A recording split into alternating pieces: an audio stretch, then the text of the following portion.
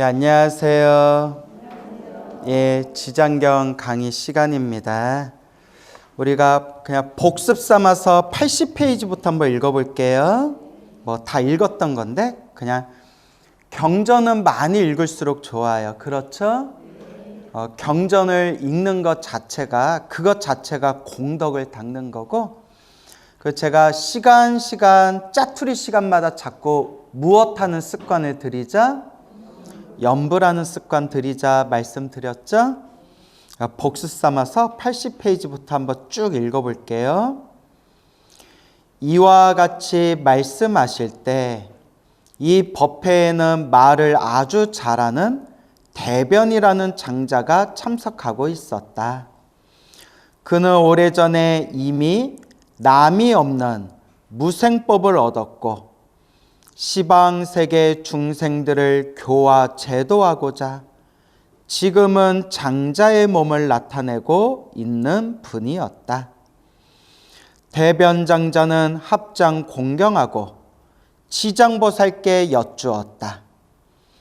지장보살이시여, 이 연부제 중생이 목숨을 마친 뒤에 그의 가족들이 공덕을 닦아주거나 재를 베풀어 여러 가지 선한 인연을 지어주면 죽은 이가 큰 이익을 얻어 해탈을 할 수 있나이까? 장자시여, 내 이제 부처님의 위신력을 받들어 현재와 미래의 모든 중생을 위해 간단히 설명하오리다.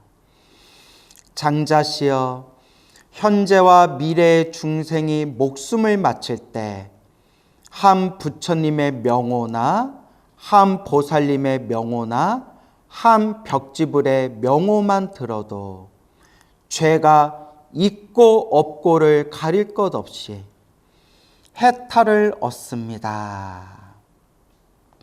만일 어떤 남자나 여인이 살아생전에 착한 일보다는 죄를 많이 짓고 죽었을 때 그의 가족이나 먼 친척이 복을 닦아 훌륭한 공덕을 지어주면 그 공덕의 7분의 1은 죽은 이가 얻게 되고 나머지 공덕은 살아있는 사람 스스로의 차지가 됩니다.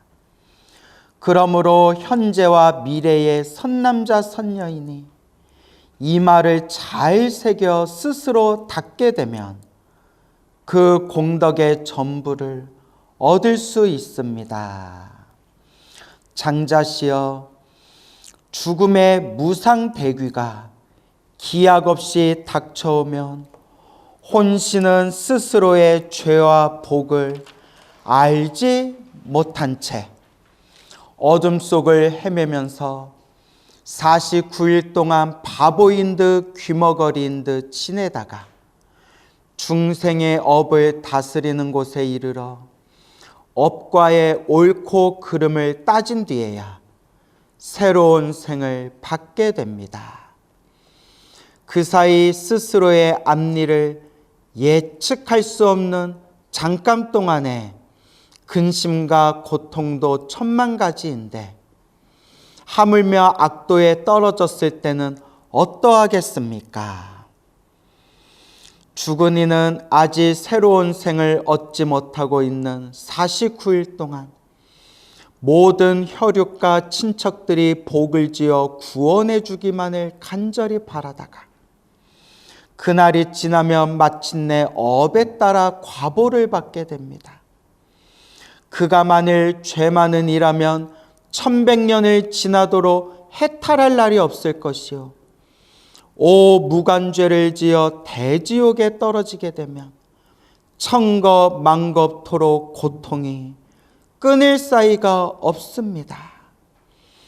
또 장자시여, 이러한 죄업 중생이 죽은 뒤에 혈육과 친척이 죄를 베풀어 그의 선업을 도와줄 때 제식을 마치기 전이나 죄를 지내는 동안에는 쌀뜨물이나 나물 등을 함부로 땅에 버리지 말 것이며 모든 음식을 부처님과 스님들께 올리기 전에는 먹지 말아야 합니다.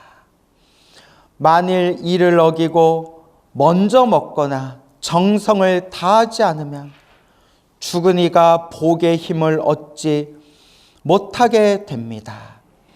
반대로 정성을 다하여 깨끗하게 만든 음식을 부처님과 스님들께 올리면 죽은 이는 공덕의 7분의 1을 얻게 됩니다. 우리가 여기까지 읽었었나요? 내용이 참 좋죠? 계속 읽어볼게요. 장자시여, 그러므로 연부제 중생이 목숨을 마친 부모나 가족들을 위하여 재를 베풀어 공양할 때 지극한 마음으로 정성을 다하면, 이게 핵심이에요. 어떤 마음으로? 지극한 마음으로 정성을 다하면 산 사람도 죽은 이도 다 이익을 얻게 됩니다. 그래서 살아있는 자도 죽은 자도 이익을 얻게 되리라. 그래서 제가 앞에서 여러 번 말씀드렸지만 지장경은 영가 천도할 때만 독송하는 거다. 지장경은 죽은 영가들한테 공덕을 지어주는 거다. 살아있는 사람이 살아있을 때 기도할 때 지장경 기도하는 것은 맞지가 않다. 지장경은 죽은 사람을 위해서 기도해 주는 거다. 이런 이야기를 하면 맞아요? 틀려요? 틀려요. 이제 알겠죠? 네. 유튜브에서 이렇게 얘기하는 분들이 계시더라고요. 그래서 제가 깜짝 놀랐어요. 아니, 지장경에는 살아있는 사람도 죽은 사람도 다 이익을 얻는다고 분명히 나오는데 왜 지장경에 나온 대로 말을 하지 않고 왜 자기 마음대로 저렇게 말을 할까? 그래서 여러분 항상 경전의 말씀을 잘 헤아리고 경전의 말씀을 우리가 잘 해석해야 돼. 알겠죠? 그래서 경전에 의지해라 라고 말씀을 드리는 거예요. 이 말씀을 하실 때 도리천궁에 있던 천만억 나유타 수에 천만억 나유타 수, 헤아릴 수 없는 시간을 뜻해요. 헤아릴 수 없는 숫자. 천만억 나유타 숫자, 헤아릴 수 없는 숫자. 연부제 귀신들 모두가, 연부제는 이제 남선부제, 우리 사바세계 남선부제 귀신들, 여기서 말하는 귀신들은 모든 영적인 존재들을 표현하는 거예요. 알겠죠? 뭐 전설의 고향이 나오는 그런 귀신을 말하는 게 아니라 모든 영적인 존재들 모두가 한량없는 보리심을 발하였고, 발보리심. 그래서 더 정확히 표현하면 발, 안욕따라, 삼약, 삼보리심. 줄여서 발보리심. 보리심을 발하여라. 보리심은 완전한 깨달음을 얻어, 위없는 완전한 깨달음을 얻어 모든 중생을 다 구제하겠습니다. 모든 중생과 다 함께 성불하겠습니다. 그 마음을 보리심이라고 해요. 그래서 보리심을 딱 네 문장으로 만들면 무슨 서원이라고 한다고 했죠? 그렇죠. 이제 다 외우시죠?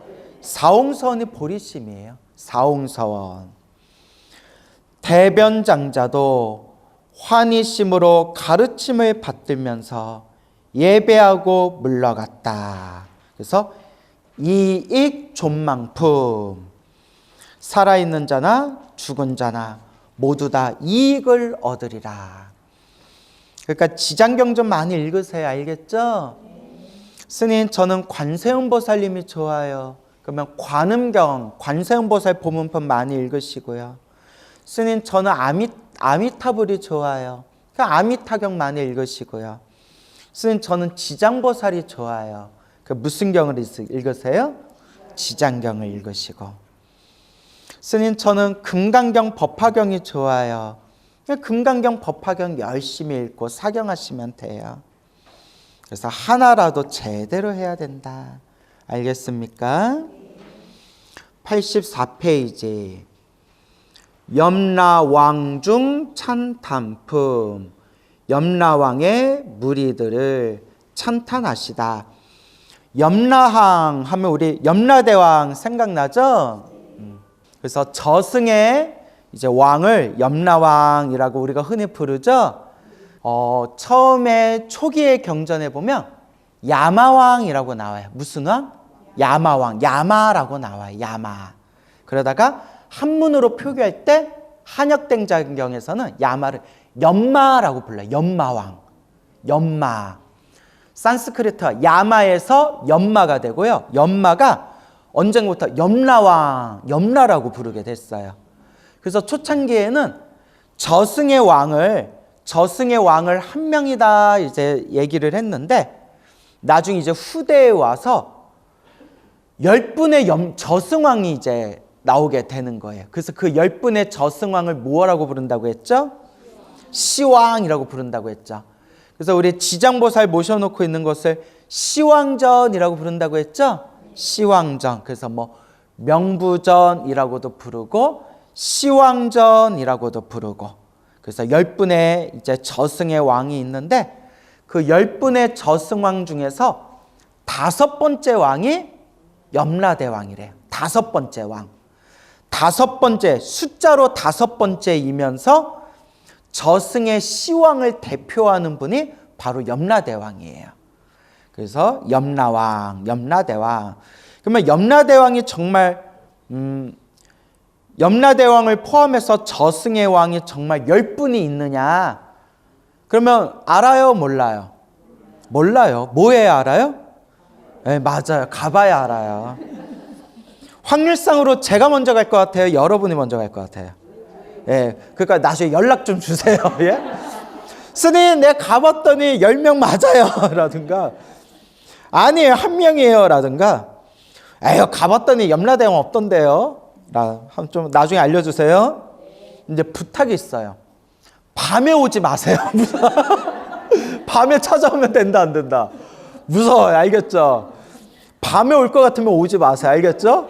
꿈자로 뒤숭숭하니까. 그래서 이제 웃자가 한 얘기예요. 84페이지.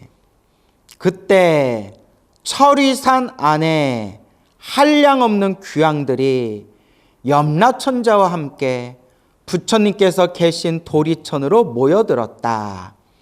철위산이라고 돼 있죠?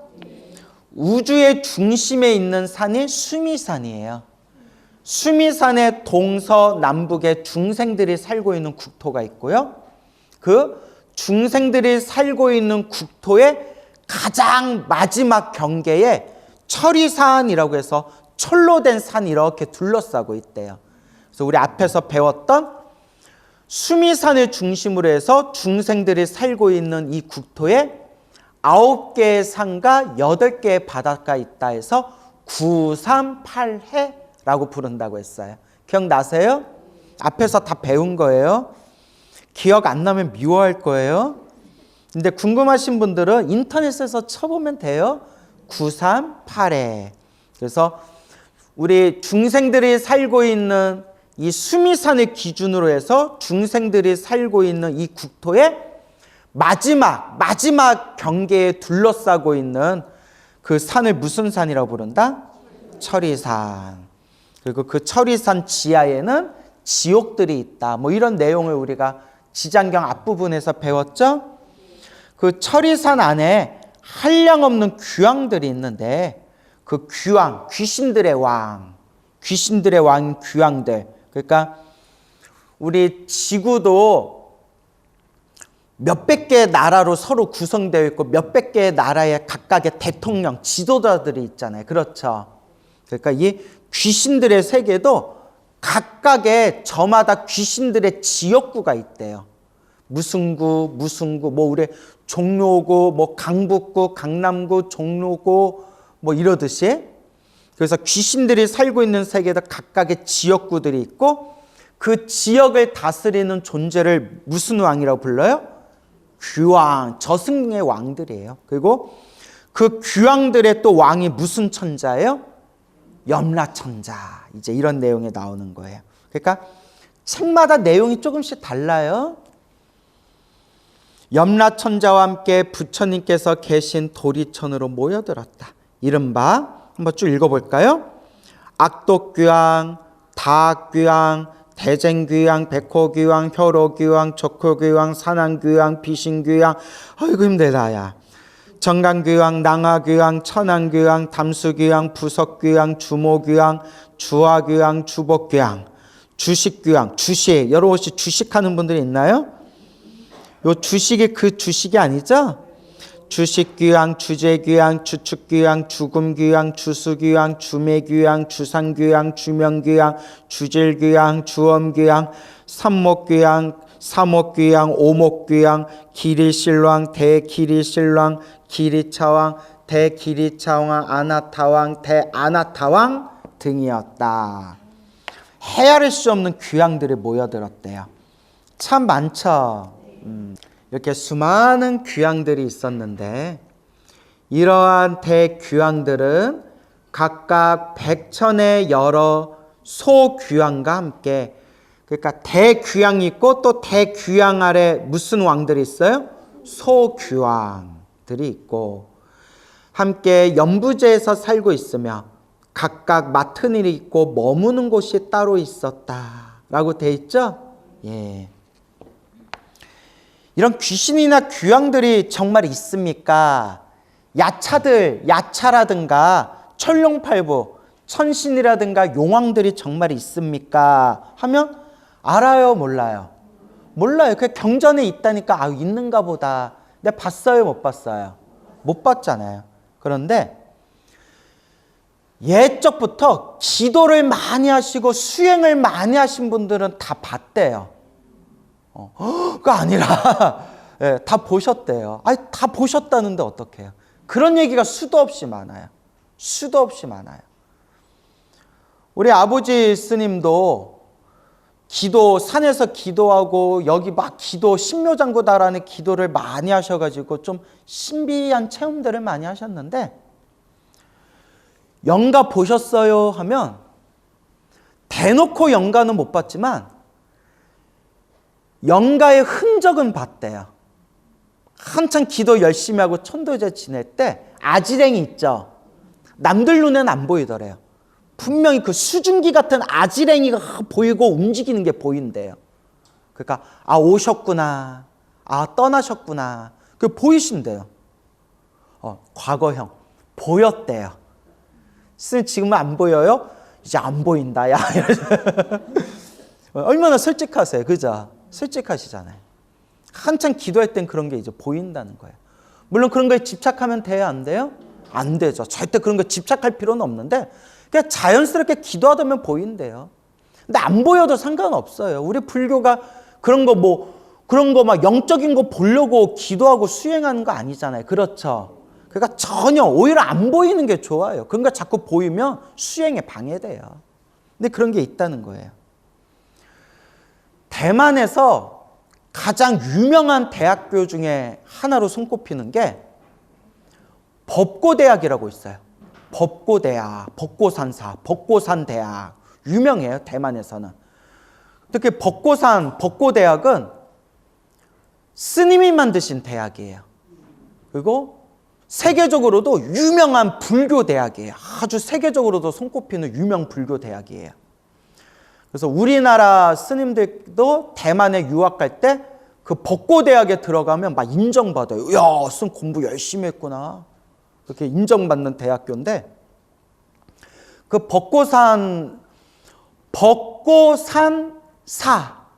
벚고산사라는 절에서 벚고산에 있어서 벚고산사예요. 그래서 벚고산사 옷을 벗었다는 게 아니라 법법자, 법고 두드릴 꽃자인가? 북꽃자? 벚고산사라는 절에서 만든 대학교가 벚고대학교예요. 벚고산대학교. 그걸 만드신 스님이 누구냐? 대만 불교의 4대 고승으로 손꼽혔던 성엄 스님이세요. 성엄 스님. 네.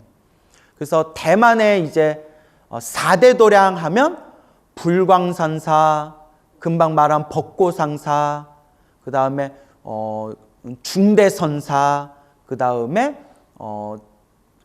자제공덕회인가? 자제공덕회, 뭐 하여튼 이렇게 도량들이 있어요. 그렇게 대만의 4대 도량으로 손꼽히고 아주 뛰어난 대불교학자이자 선승, 참선했던 선승인 성엄대사라는 분이 계셨는데 성엄선사라고도 부르고요. 우리나라에도 그분 책이 많이 번역이 됐어요. 아주 진실한 수행자고 평생 공부하고 수행하고 전법하고 포교하셨던 분이에요. 이분에 대해서 이제 정말 할 말이 많은데, 할 이야기가 엄청 많은데 시간 관계상 오늘 야차 얘기, 용왕 얘기, 귀신 얘기, 귀신이 있냐 없냐 요거 내가 질문했잖아요. 그래서 예전에 수행을 많이 하신 스님들은 실제로 보셨다 요 얘기 했잖아요. 성엄선사 일대기에 직접 나오는 거예요. 본인이 직접 쓰신 자서전에 나오는 건데 이분 말씀은 안 믿을 수가 없어요. 살아왔던 삶이 너무나 양심적이고 너무나 진지하고 너무나 반듯한 길을 가셨던 훌륭한 인격자세요. 그분을 모셔본 분들이 정말 진실한 수행자였다라고 하시는 분이거든요. 그러니까 이분 말씀을 안 믿을 수가 없어요. 그래서 이 성엄 스님이 6년인가? 그 부처님의 6년 고행을 한번 내가 실천해 봐야 되겠다. 부처님 발 뒤꿈치 흉내라도 내봐야 되겠다라는 마음으로 당신이 조그만 이제 그 초가삼강 같은 조그만 움막집을 만들어요. 토굴 움막집을 만들어서 그 움막집에 딱 들어가서 6년 동안 안 나오셨대요. 이걸 무문관이라고 불러요. 우리 한국에서 무문관, 문이 없다. 그래서 이제 후원자분들이 밖에서 음식 넣어주고 필요한 거 있으면 이렇게 밖에서 이렇게 시봉해 주면서 6년 동안을 그 움막에서 나오질 않았대요. 그래서 실제로 성엄 스님께서 수행하신 그 움막집을 아직도 일종의 이렇게 성지처럼 그렇게 보존을 하고 있대요. 거기에서 이제 들어갈 때 뭘 들고 가져가셨냐? 8만대장경을 가져가셨대요. 6년 동안 처음에 뭘 하셨냐면 절을 하면서 신묘장구다라는 일을 많이 외우셨대요. 업장소멸하려고.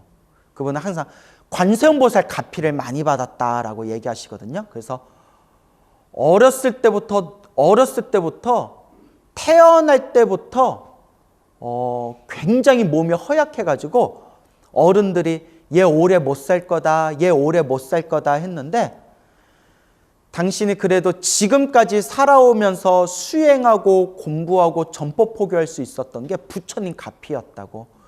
그래서 이거하고 얽힌 재미난 이야기가 엄청 많아요. 머리도 엄청 나쁘셨대요. 지금은 성엄 스님이 대만 불교의 손꼽히는 지식인 중에 하나거든요. 근데 어렸을 때 머리가 엄청 나쁘고 절에 가가지고 절에서도 머리가 너무 나빠서 어른 스님들이 걱정할 정도였대요. 너 이렇게 머리가 나쁘고 경전을 못 외워서 너 어떻게 중노릇이나 할 수 있겠냐. 그렇게 스님들이 걱정할 정도로 몸도 약하고 머리도 엄청 나빴는데 절을 열심히 했대요.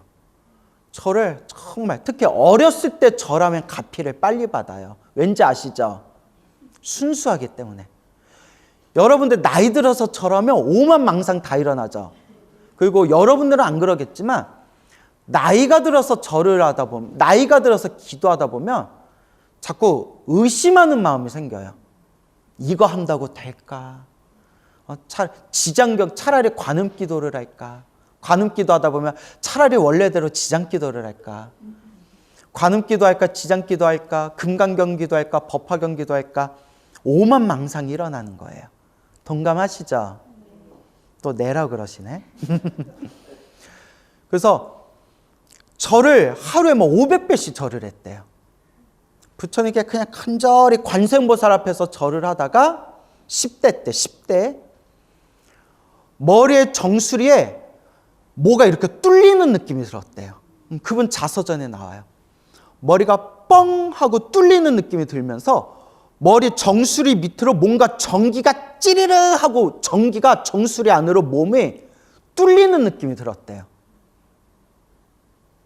그걸 딱 체험하면 그러면서 머리가 시원하게 머리가 맑아지는 느낌이 들면서 그때부터 총명이 열려가지고 그때부터 책을 보면 책이 술술 들어왔대요.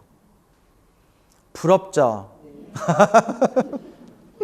그래, 기도 열심히 하세요. 그래서 자기 이만큼 몸이 허약하고 머리도 굉장히 나빴는데 자기가 이렇게 수행자로서 살아올 수 있었던 이유가 관세음보살님 가피였다 하면서 처음에 그 6년 동안 움막에 지내면서 처음에는 절을 하면서 신묘장구다라는 일을 많이 외웠대요. 그러니까 아침마다 일과가 절을 하면서 신묘장구다라는 일을 외웠고 낮에는 팔만대장경을 연구했고 밤에는 딱 앉아서 참선을 했대. 이걸 6년을 했대요. 그래서 팔만대장경을 거의 다 외웠대요. 외웠다기보다는 거의 다 읽었다는 거겠죠. 팔만대장경을 거의 다 봤대요. 그렇게 이제 수행을 했는데 6년 동안 오로지 이제 수행만 하다 보니까 어떤 느낌이 들더냐면 이렇게 이제 참선을 하고 있었는데 밤에 이렇게 참선을 하고 있었는데 그냥 뭔가 좀 깊은 경지에 들어갔대요. 몸과 마음이 다 사라지는 깊은 맛을 이렇게 봤는데 이렇게 참선하다가 뭐가 쿵 하고 머리가 아프더래요. 눈치채셨나요? 쿵 하고 머리가 아프더래요. 쿵. 뭐지 하고 정신을 차려봤더니 몸이 둥 떠서 공중부양을 해서 몸이 허공에 둥 떠가지고 어디에 부딪힌 거예요? 청장에 머리가 부딪힌 거예요. 너무 놀래서 자기도 떨어지면 다칠까 봐 자기가 놀랄 정도였대요. 그러다가 이렇게 떠 있다가 스르르 밑으로 내려오고 참선할 때마다 공중부양을 몇 번을 체험했대요. 제가 딴 사람 얘기면 안 믿는데 누구 얘기라서 믿는다? 그 성엄선사. 그분은 정말 그분 일대기라든가 그분 제자분들 얘기, 옆에서 평생을 모셨던 제자분들 얘기를 들어보면 정말 진실하셨대요. 공부밖에 모르는 분이었대요. 그러니까 안 믿을 수가 없는 거예요. 우리나라로 치면 저 광덕스님 같은 분 있잖아요. 오로지 그냥 전법과 포교하시면서 양심적으로 사셨던 그런 분들. 그래서 공중부양도 이제 몇 번 체험하고 여러 가지 신비한 체험을 하셨는데 그분이 이제 이렇게 얘기하는 거예요. 정말 사람들이 믿지 못할 신비한 체험을 했지만 내가 굳이 밝히지는 않겠다. 왜냐? 이런 거 얘기해봤자 수행하고는 도움이 안 되기 때문에 굳이 밝히지는 않겠다. 이렇게 얘기하시더라고요. 그런데 그분이 이제 6년 동안 움막에서 수행하고 나서 이제 6년 수행을 마치고 다시 이제 도시로 나오셨는데 움막에서 6년 동안 수행을 하면서 그 마음이 많이 맑아져서 그랬는지 몰라도 한동안 남들 눈에 보이지 않는 게 보이더래요. 한마디로 아귀들이 보이더래요. 뭐가 보이더라? 이렇게 음습한 곳에 막 거리나 골목이나 숲에 이렇게 아귀들, 천도되지 못한 귀신이나 아귀들이 이렇게 보이더래요. 이게 신기한 게 사람들도 그 아귀가 보이지 않지만 그 아귀들도 사람들한테 신경을 안 쓰더래요. 서로가 다른 영역에 있는 것처럼. 그래서 경전에 보면 부처님이나 부처님의 10대 제자들이 탁발을 나가다가 아귀를 만나가지고 아귀들에게 법문해주고 천도해주는 그런 내용들이 팔만대장경에 자주 나오거든요. 그래서 성엄 스님도 한동안 이렇게 아귀들 혹은 영적인 존재들이 자주 보였대요. 그러다가 시간이 지나면서 점점 보이던 것들이 사르르 사라졌다. 이제 이런 얘기가 책에 나오더라고요. 자서전에. 무슨 얘기인지 알겠죠? 그러니까 내가 이해하지 못한다고 해서 무조건 부정해서는 안 돼요. 정말 귀신이 있나? 영가가 있나? 뭐 용왕이나 이런 뭐 귀왕, 귀신들의 왕, 귀왕들이 있나? 귀신들이 있나? 우리 팔만대장경에 있다고 했고, 우리 큰 스님들도, 역사 속에 출애됐던 큰 스님들도 연불 많이 하시고 참선 많이 하시고 수행 많이 하신 분들은 그런 걸 실제로 많이 보셨대요. 실제로 산에서 수행을 하면 산신이 와가지고 인사하고 그 수행하는 스님께 공양을 올리고, 또 평생 수행했던 스님이 배를 타고 바다를 건널 때 갑자기 용왕이 나타나가지고 용왕이 스님의 명성은 우리 용궁에까지 들렸습니다. 스님이 이 바다를 지나가신다고 하길래 기다렸다가 인사드리려고 제가 기다리고 있었습니다 하고 그 스님에게 용왕이 나타나서 인사 올리는 그런 내용들이 불교설화에 많이 나와요. 단 바다에서 용왕이 나타나서 스님한테 인사를 했는데 누구 눈에만 보이더라? 스님 눈에만 보이고 딴 사람들 눈에는 안 보이더래요. 그런 말할 수 없는 영적인 세계들이 분명히 있다는 거예요. 무시할 수 있다 없다? 무시할 수 없는 거예요. 알겠죠?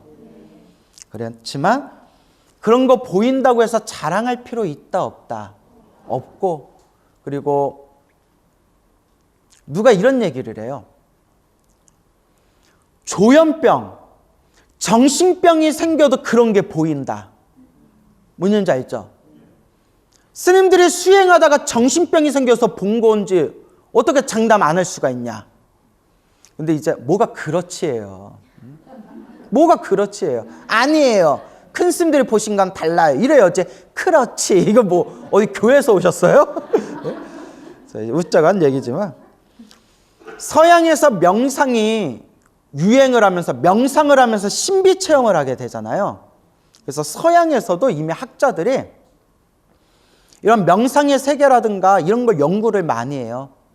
그래서 제가 직접 본 건 아니고 어느 불교학자가 해외의 뭐 유명한 이제 학자가 오랫동안 연구한 걸 이제 발표한 논문을 한국에 소개한 그 요약본을 이렇게 봤는데 참 재밌더라고요. 근데 결론이 이거예요.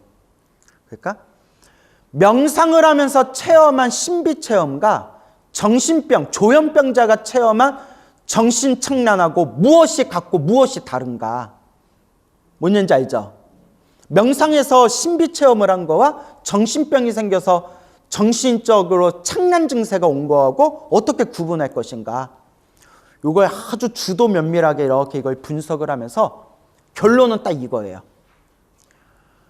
명상 체험을 통해서 본 거는 수행자가 스스로 통제하고 다스릴 수가 있대요. 뭔지 알겠죠? 명상을 하면서 펼쳐진 그런 신비 체험은 수행자가 스스로 다스릴 수 있고 통제할 수 있고 관리할 수가 있대요. 그런데 정신병자의 눈앞에서 펼쳐지는 정신착란은 스스로 환자가 통제할 수가 없대요. 이게 가장 큰 차이점이다라고 그런 논문이 있다고 하더라고요. 일리가 있죠. 그래서 내가 통제할 수 있냐? 그러니까 내 눈앞에 어떠한 현상, 신비 체험이 펼쳐졌을 때 누가 주도권을 갖고 있냐는 거예요. 내가 주도권, 수행하는 사람이 주도권을 갖고 있냐? 아니면 그 체험, 보이는 그 체험에 내가 주도권을 놓치고 휩쓸리고 있는가? 이걸 명확하게 우리가 선을 그어야 돼요. 알겠죠?